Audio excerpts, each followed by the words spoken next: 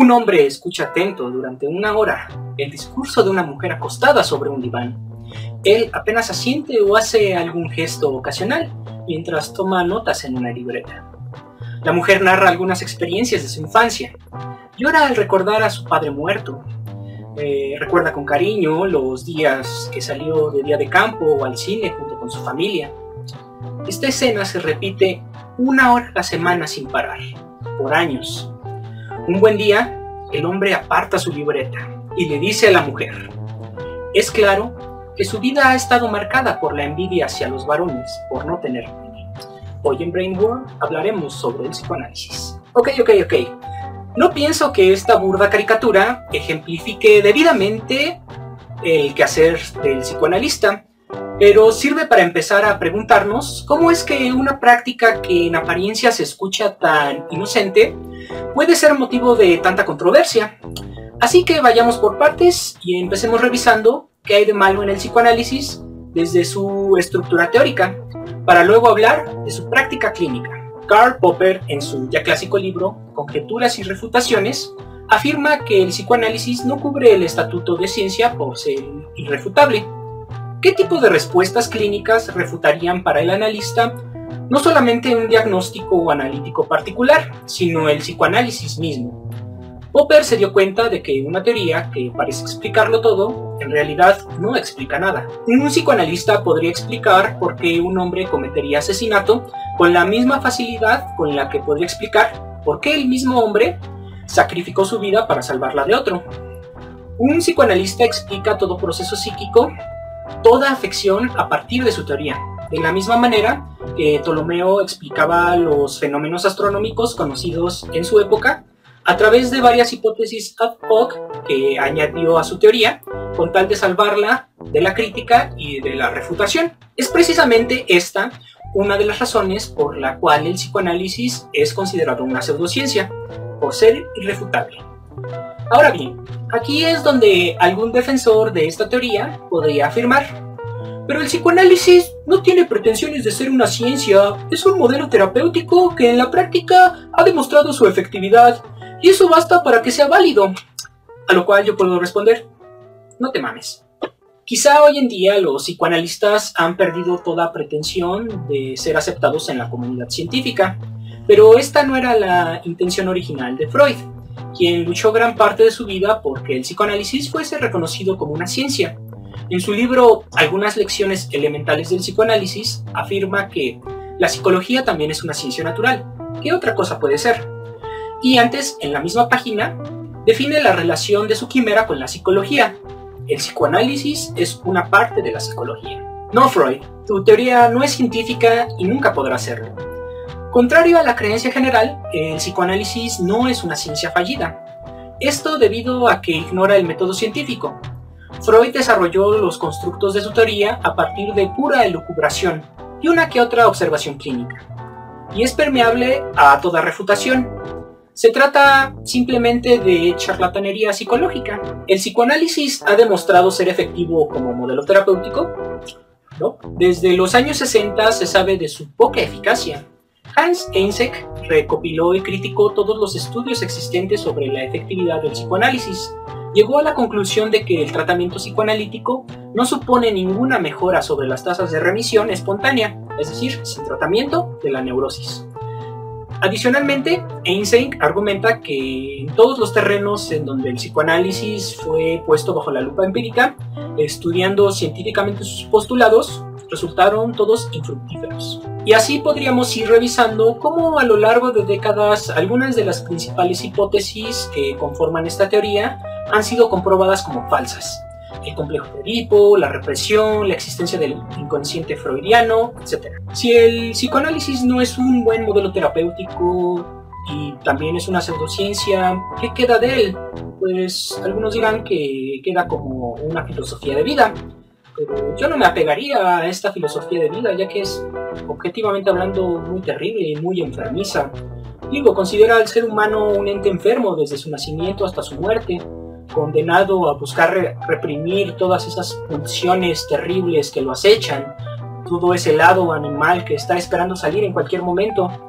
Y no, definitivamente no es algo en lo que yo quisiera creer, aunque fuese como solo una filosofía de vida. Para concluir con esta opinión, me gustaría citar al psicólogo Hans Eysenck con respecto al psicoanálisis.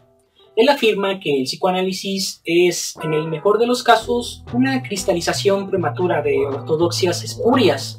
En el peor, una doctrina pseudocientífica que ha causado un daño indecible tanto a la psicología como a la psiquiatría, y que ha sido igualmente dañina para las esperanzas y aspiraciones de incontables pacientes que confiaron en sus cantos de sirena. Ha llegado la hora de tratarlo como una curiosidad histórica, de volver a la gran tarea de construir una psicología verdaderamente científica. Eat some shit, you stupid bitch. Just kidding. El psicoanálisis es la manzana de la discordia en los enfoques dentro de la psicología. Puedo llegar a ser indiferente ante otras teorías psicológicas como la sistémica, el conductismo o la psicología genética.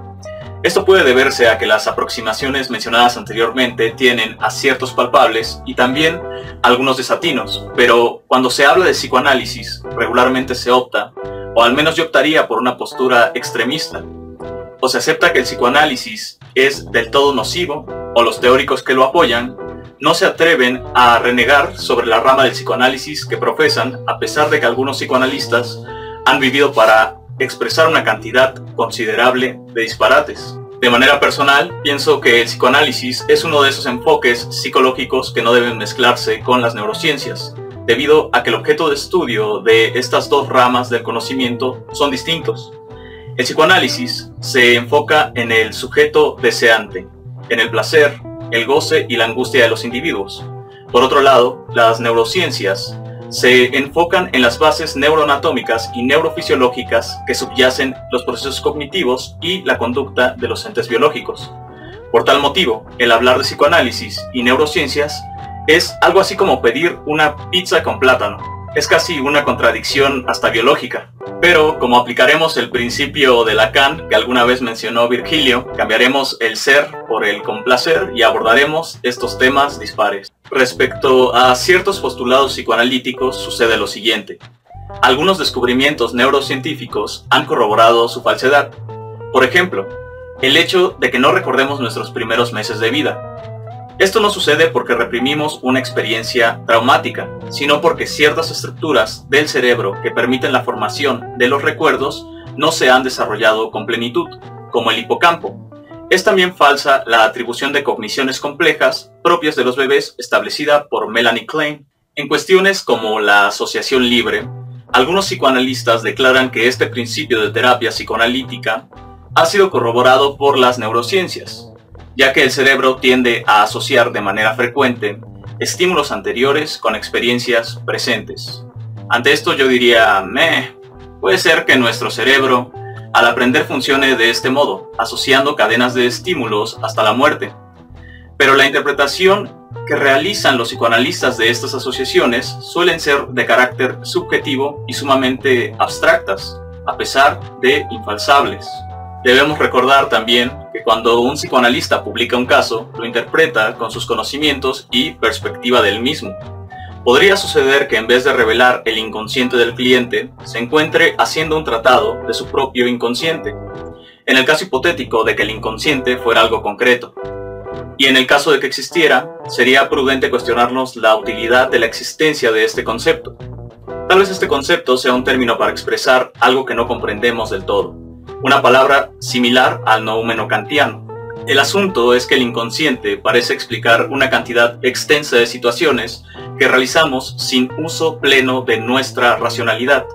Entonces no es un constructo relacionado con el noúmeno en el sentido de una experiencia de que carecemos de cierto conocimiento o somos incapaces de llegar al saber en sí de las cosas, sino que esta clase de recurso teórico, que se denomina inconsciente, parece dar cuenta de lo desconocido del sujeto deseante, una idea que es identificable en la voluntad del poder de Nietzsche. Respecto a la represión y las acciones involuntarias, se ha llegado a establecer una relación con las conexiones interhemisféricas. Al parecer, lo que percibimos puede disociarse de lo que expresamos verbalmente, es decir, algunas condiciones cerebrales se asocian a la capacidad de percibir objetos, pero no ser capaces de reportar a partir de la conducta verbal, la conciencia de existencia de los mismos. Este mecanismo podría dar una débil fundamentación a la existencia de la represión psicoanalítica. Por otro lado, las acciones involuntarias también pueden sufrir alguna clase de disociación. Cuando se estimula el córtex motor, somos capaces de realizar movimientos involuntarios.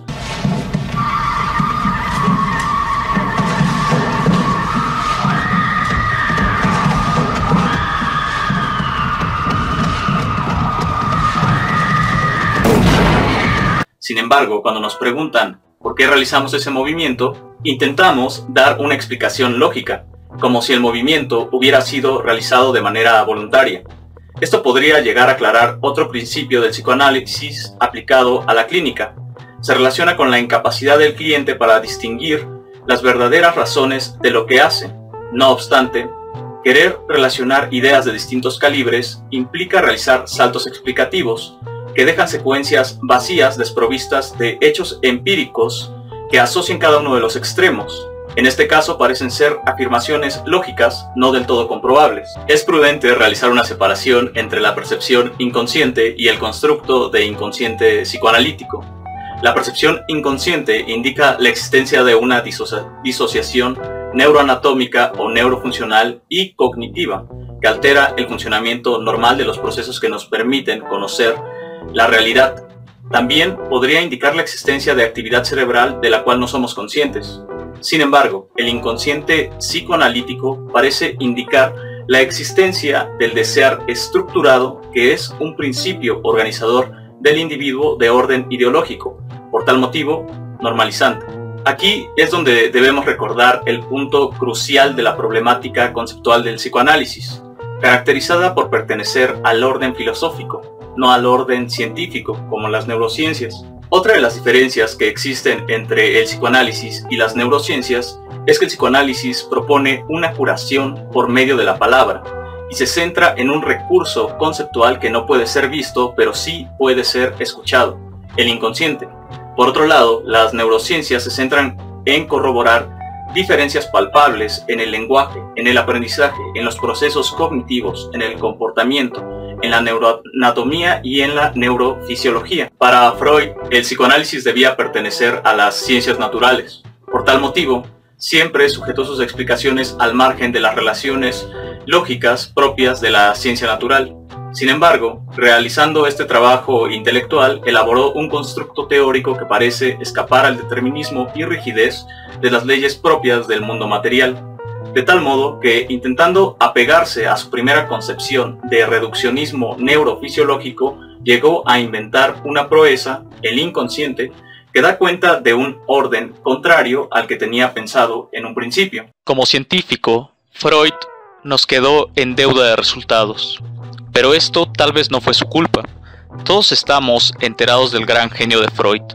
No obstante, los avances de la neurociencia en su tiempo no se encontraban lo suficientemente desarrollados para corroborar sus hipótesis. Pero lo que más desconcierta es que tal vez nunca se llegue a tener la tecnología suficiente para corroborar las ideas de este hombre. No debemos olvidar que la ciencia se basa en los hechos y en las capacidades que tiene un modelo teórico para predecir relaciones causales de hechos concretos. Si el psicoanálisis no aborda estos puntos, no puede llamarse ciencia. Pero algunos psicoanalistas se regocijan en esta afirmación y dichosos predican: nunca buscamos hacer ciencia. Entonces hacen filosofía o pseudociencia. Y aquí es donde los caminos del psicoanálisis y las neurociencias se bifurcan. En un principio Freud no quería que esto fuera así. Pero conforme desarrolló su teoría se percató de que tanta vaina no podría ser corroborada tal vez nunca, y le dio su espacio al inconsciente. Los grandes psicoanalistas que vinieron de manera posterior no se preocuparon mucho por la comprobación. Pero las neurociencias sí se centran en los hechos y se desarrollan a partir de ellos. No se expresan solo en el papel y la filosofía que la sustenta, son una cuestión fáctica, lo llevan en el nombre: neurociencia. En conclusión, considero que estas dos ramas del conocimiento, el psicoanálisis y las neurociencias, hacen aportaciones valiosas pero sumamente desiguales. El primero se ocupa de la clínica y se enfoca en la escucha del cliente. Su objetivo es dejar que el paciente hable, mientras que las neurociencias se apegan al método científico para lograr sus hallazgos y alcanzar que hable la ciencia para poder articular sistemas terapéuticos que permitan promover la rehabilitación de las deficiencias cognitivas de los pacientes y determinar el funcionamiento del cerebro normal. What? No. Y bueno, así acabamos la primera temporada de Brain World. Espero que hayan disfrutado nuestros videos y esperen más sorpresas próximamente. Estaremos descansando por un tiempo, pero no los vamos a dejar solos. ¿Recuerdan lo que dije de sorpresas? Pues próximamente en el canal vamos a subir algunos videos con una temática algo diferente.